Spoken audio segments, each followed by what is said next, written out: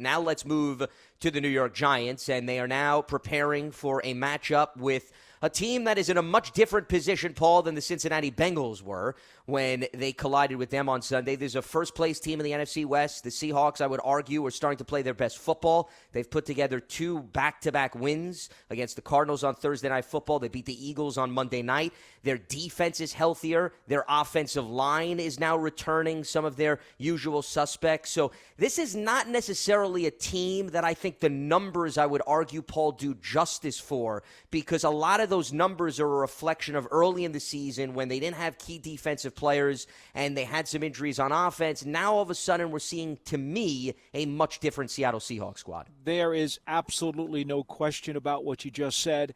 There are 2 factors as to why this defense has suddenly come alive and started to bite down on people. Number 1, the return of Jamal Adams. They are using him very, very much so as an aggressive blitzer. He will run blitz. He will pass blitz. He really has impact on the game without a doubt. I mean, remember when he blitzed Daniel Jones in the Giants-Jets game last year and literally bowled over Saquon Barkley and then stole the ball out of Jones's arms and ran for a touchdown? Yep. He is an impact player. And when you send him on the pass rush, it can be fatal to an offense. At the same time, okay, let's not make any mistake about it, during those cases, that's when the Seahawks secondary has not held up. So it's kind of a boom or bust kind of thing. If he gets home, it's a huge problem for your offense. If he doesn't get home, their secondary hasn't held up all that well during the course of the year. Now, the other key factor has been Carlos Dunlap. Comes over from the Bengals, and in the 4 games he's played, they have 19 sacks. He has absolutely injected a huge amount of adrenaline into a pass rush that was not only lackluster, it was non-existent. He has made the difference. He has done what Jadeveon Clowney was supposed to do for them before he wound up fizzling out and leaving. Dunlap is an absolute beast. The thing about it is, he hurt his foot in the 4th quarter of the Philadelphia game, went for an MRI yesterday. Pete Carroll would only say he's got something wrong with his foot. We got to figure out what it is. I am hopeful that there's more information on that today. If Dunlap does not play against the Giants, and I would say signs are probably not good that he will, that makes a huge difference in terms of what Seattle's defense is. So while I agree with you, they've been on the upswing for the last several weeks. If Dunlap is gone, that is a huge factor that takes them backwards a notch. We will see how that turns out. Yeah, 12 tackles, 6 for a loss, and 4 sacks since he came over from Cincinnati. It was a huge acquisition. He was acquired on October 28th. So we're now just approaching a month that he's been with the team. Pete Carroll, to your point, he went on the local ESPN radio affiliate in Seattle because he didn't have a formal presser with the media yesterday because they were coming off of course, the Monday night game against the Eagles. He specified and said, Dunlap's got something wrong with the bottom of his foot. Whenever you hear that, of course, to your point, Paul, it's not encouraging, but I think the true indicator will be once the practice report comes out for the next few days. It's way too early to tell or speculate. I agree with you. He's been a huge X factor. But with that being said, you look at the game on Monday night, and I know the Eagles have had trouble with their offensive line, okay? So all of that context is important. It's been terrible.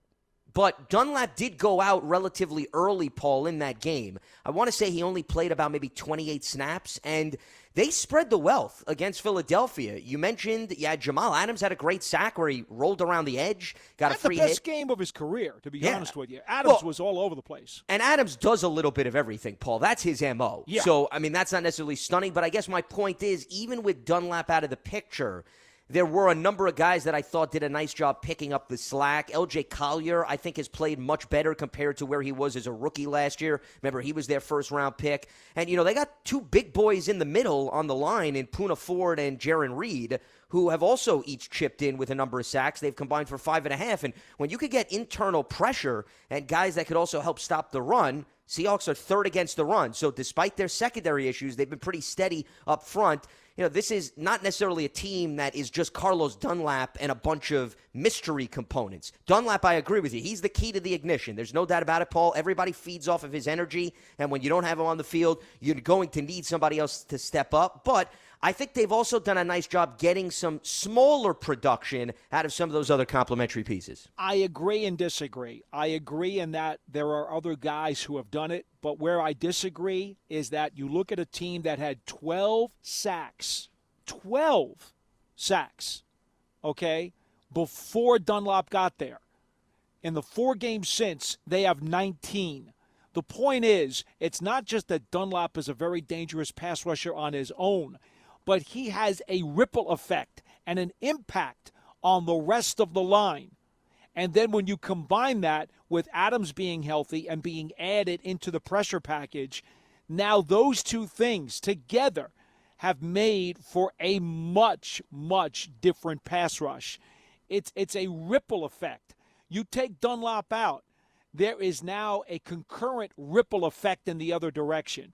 So I don't think you can downplay just the fact that he's got 4 sacks in the last 4 games. What you have to say is that they've got 19 while he's in the lineup. That complementary aspect of what he has brought to the table in conjunction with Adams is really where you have to talk about the improvement in their defense. Well, but keep in mind, remember, Dunlap arrives, and then Jamal Adams has been banged up this season. He had missed the last few games, so he also came back, and then you brought from the Dunlap shoulder into injury. the mix. Correct. Yeah, so the point is, there were a lot of guys, I would argue, that came back simultaneously. Another guy, for example, Shaquille Griffin. He also had been sidelined. He just returned. So you got Adams back, you got Griffin back, you added Dunlap. There were a lot of factors, I would argue, that worked together as to why I think this defense has looked much better in the last 2 games, specifically against the Cardinals as well as the Eagles. So I think we're going to learn more. I guess what I'm getting at, Paul, is I would argue the jury's still out. I'm not disputing the impact of Carlos Dunlap, but even if you take Dunlap out of the equation, let's say he doesn't play Sunday, but now you've brought back Adams, you've brought back Griffin. Was it Dunlap alone, or is it the combination of 3 or 4 guys returning? I guess that's my larger question right now, which I would agree. I don't necessarily have a good read on that to tell you 100% who exactly is responsible for the constant increase in production or the steady improvement in production. Well, I don't think there's any doubt. I think you're talking generally, and I agree with you that generally there are a lot of small pieces that have enhanced their defense over the last few weeks. But when I'm talking about specifically the pass rush, no, that component to me, it's the addition of Dunlap, the ripple effect, and then Adams being added to the pressure package. Those are the 2 keys that have increased the pass rush. If you just want to talk in general about the defense, well, then obviously you're going to add Griffin into the play too, into the mix, because this is a guy who had missed some time with a hamstring injury. Now, to be honest with you, he has not been playing up to par. No, he struggled earlier this season. There's a lot of talk that they're going to do a salary cap parting of the ways with him after the season, because they were not particularly pleased with the value that they were getting. But I do think that obviously having him back this past week against Philadelphia was helpful. I mean, you're looking at an offense in the Eagles that has certainly struggled. Let's not make any mistake. Carson Wentz has had a poor season, but they only had, 1 pass play of more than 20 yards in that game the other night? Well, they went 3 and out on each of their first 5 possessions. You know? I mean, I think that to me says it all. So clearly things were clicking better for Seattle's defense as a whole, and the Eagles' struggles played into that. I don't think anybody would dispute that at all.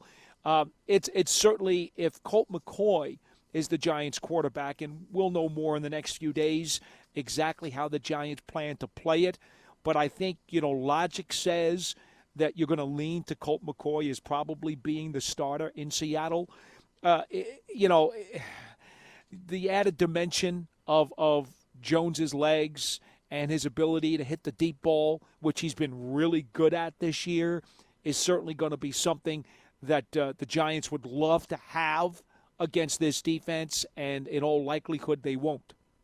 Another guy, by the way, that Seattle also just brought back was their slot corner, Ugo Umadi. So there's another name. The point is, all I'm saying is this Seattle defense looks a lot different than if you were to ask me to evaluate the Seattle defense 4 or 5 weeks ago. So that's just an indication of they've brought back corners, they've added Carlos Dunlap. You got to at least look at that when people start reading off at me and they tell me, well, the Seahawks have the 32nd ranked defense and they're 32nd against the pass. And I say, yeah, I agree with you. They've struggled. But the same guys that were out there in week 6 are not necessarily playing the same amount of snaps here in week 13. Before we open up the phone lines. Lance, I would only add one other thing, okay, and that is because of all of the different shufflings that have to go on this year because of injuries and because of COVID, and obviously young players who matured over the last couple of months, you have a bunch of teams that literally are Jekyll and Hyde during the course of the season. I think the Giants are the same way.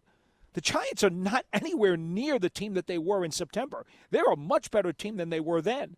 And agreed with the Seahawks. They are a better team today than they were a month ago. So, sure, because of the movable parts. A lot of teams are like that right now. They have been morphed several times during the course of the season. Probably there's more morphing going on because of these unique circumstances than we've ever seen in the league before.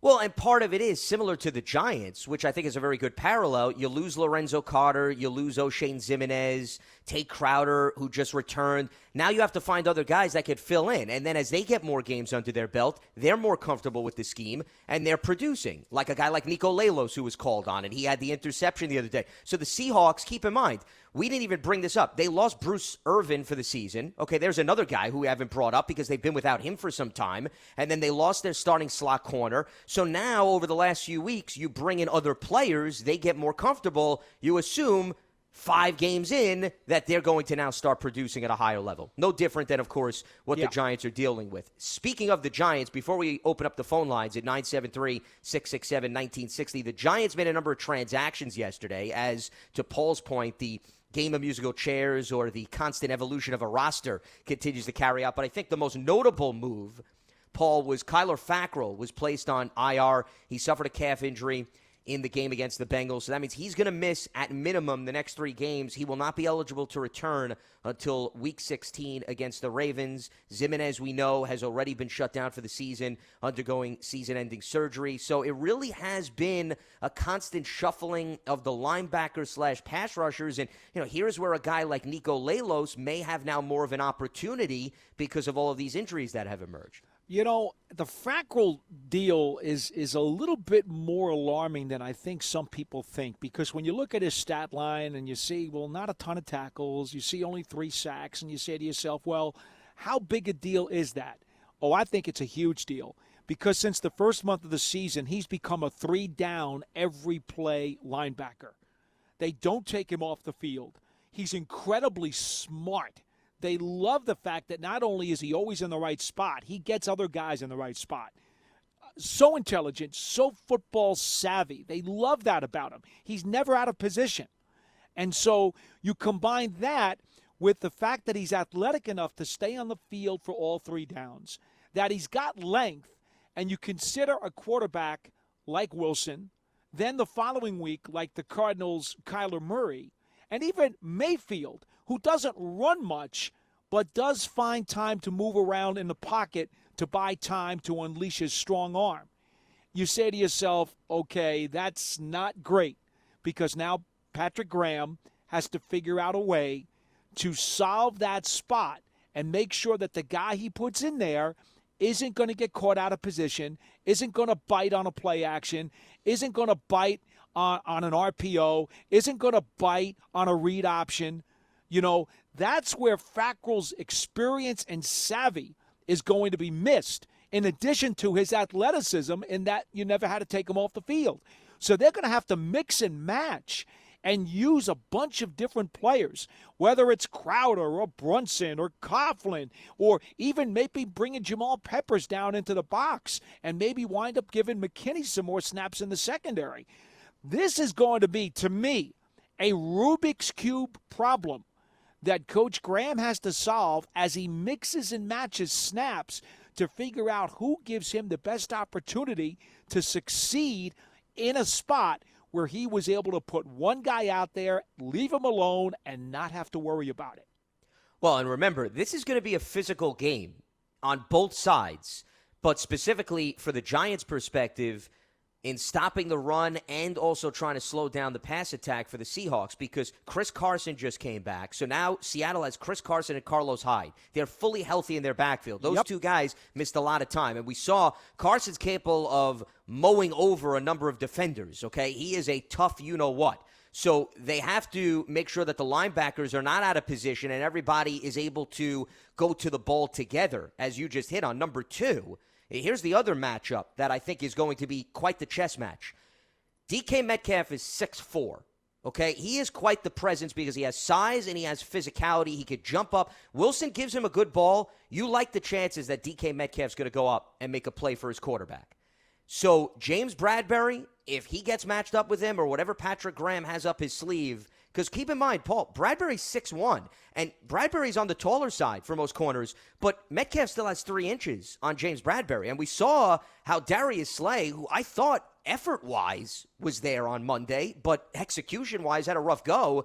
If Slay, who's considered one of the best corners, had trouble, you can only imagine what the Giants are going to have to be dealing with. And Tyler Lockett, who I didn't mention. So this is a Seahawks team. A lot of people tend to say Russell Wilson has nobody around him. I completely disagree with that. I think actually this is the year Seattle's got a lot of weaponry, and Wilson has proved those guys, he throws it up, they're more often than not, they're making plays for him.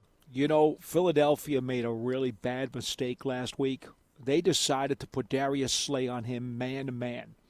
They singled him up, and he was no match for Metcalf. Well, because of the height advantage, I would argue, too. Well, yeah, but see, going in, they should have realized that. No matter what Slay's skills are, there is a physical mismatch there that he's not going to be able to combat. To me, they would have been a much smarter, and it's what I think the Giants ought to do. Don't stick Bradbury on him.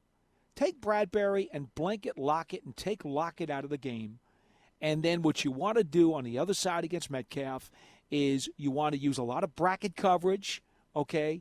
Use some zone stuff. Try to mix it up. Try to make it so that Russell Wilson knows. See, here's the thing. If you put Metcalf in one-on-one coverage, follow me on this now, Lance. Put Metcalf in one-on-one, okay? Wilson knows that in a 50-50 ball, his guy's getting it, right? Is that fair? Absolutely. Okay. So Wilson knows, hey, he's got one-on-one. I'm just going to throw it to the box, and I'm going to trust my big Megatron style of receiver to make the play. It's worth throwing it over there because I think we're going to have a good play. Well, now it's a little different. If you're disguising coverages, you're throwing brackets, you're throwing double teams, you're throwing a guy over the top, and now all of a sudden, that's not a high percentage pass anymore because now he's going to have to maybe fight 2 guys for the ball.